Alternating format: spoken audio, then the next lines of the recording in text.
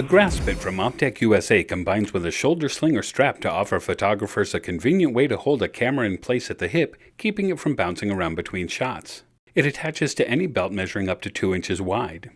Simply thread the belt through the channel at the top of the grasp bit. If you want to make sure that it does not slide forward or backward, thread the belt halfway through the channel and then out through the slot. Next, pass the belt through your belt loop, then continue through the channel as before.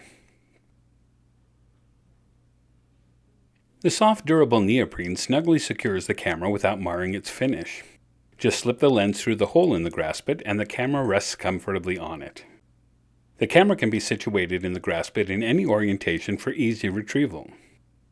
The keyhole design allows it to expand to fit lenses up to 4 inches in diameter.